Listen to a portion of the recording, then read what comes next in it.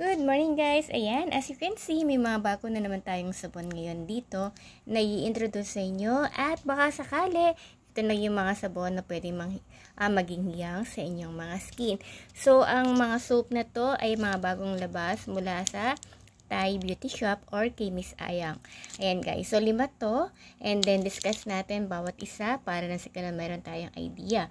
So, first thing and foremost, meron tayong Tokyo Peach. So, itong ating Tokyo Peach, meron siyang scrub. So, pwede ito sa mga meron tigyawat, yung mga acne, ayan. And then, meron siyang niacinamide, meron siyang peach extract, at meron din siyang glycolic acid. Yan. So, hindi ko pa masyadong mabasa. Okay, guys. So, 80 grams siya. So, ito ang kanyang itsura ng ating soap. And then, next naman natin ang ating Melon Lush. Ayan, guys. So, ang ating Melon Lush naman ay ang ating moisturizing soap. So, here po, ang ating Melon Lush is a premium soap. 80 grams din po siya. And then, syempre, moisture and anti-acne. Syempre, andyan din na siya po ay merong hyaluronic acid at pwedeng-pwede siya sa lahat ng skin type natin. So, ito yung sabon na bagay sa mga ayaw na magkaroon ng dryness sa kanilang mga skin after nilang maligo. Ayan guys. So, light green siya. Okay? And then, syempre, next natin ang ating Rosy soap. So, among the 5 soap na to, ito yung pinaka-trending na soap because kung kayo po ay followers po ni Miss Ayang, so dito nag-start yung mga controversial and yung mga problem niya last year regarding sa sabon na to. Okay? So, ang ating Lychee Rosy, yan, ay premium soap. So, this one is a whitening soap.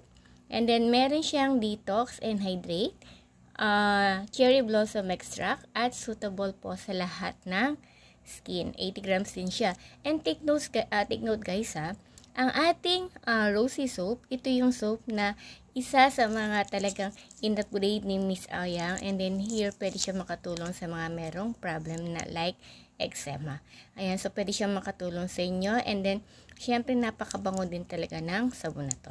Okay, next natin naman ang ating ang next natin is ang ating Sophie Latte. So, this one naman po ay ang 2-in-1 exfoliating soap natin.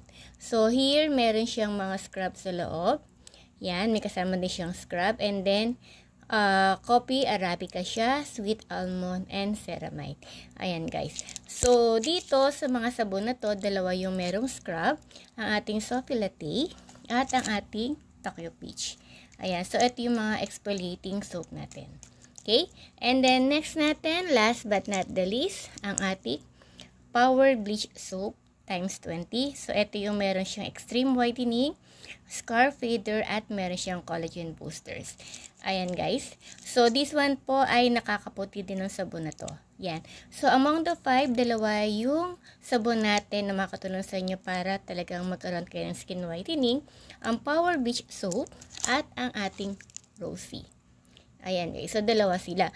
Now, ang ating Tokyo Peach actually, nakaka-light din siya, pwede rin makatulong para magkaroon tayo ng skin whitening. Yun nga lang, ang kaibahan lang is meron siyang scrub.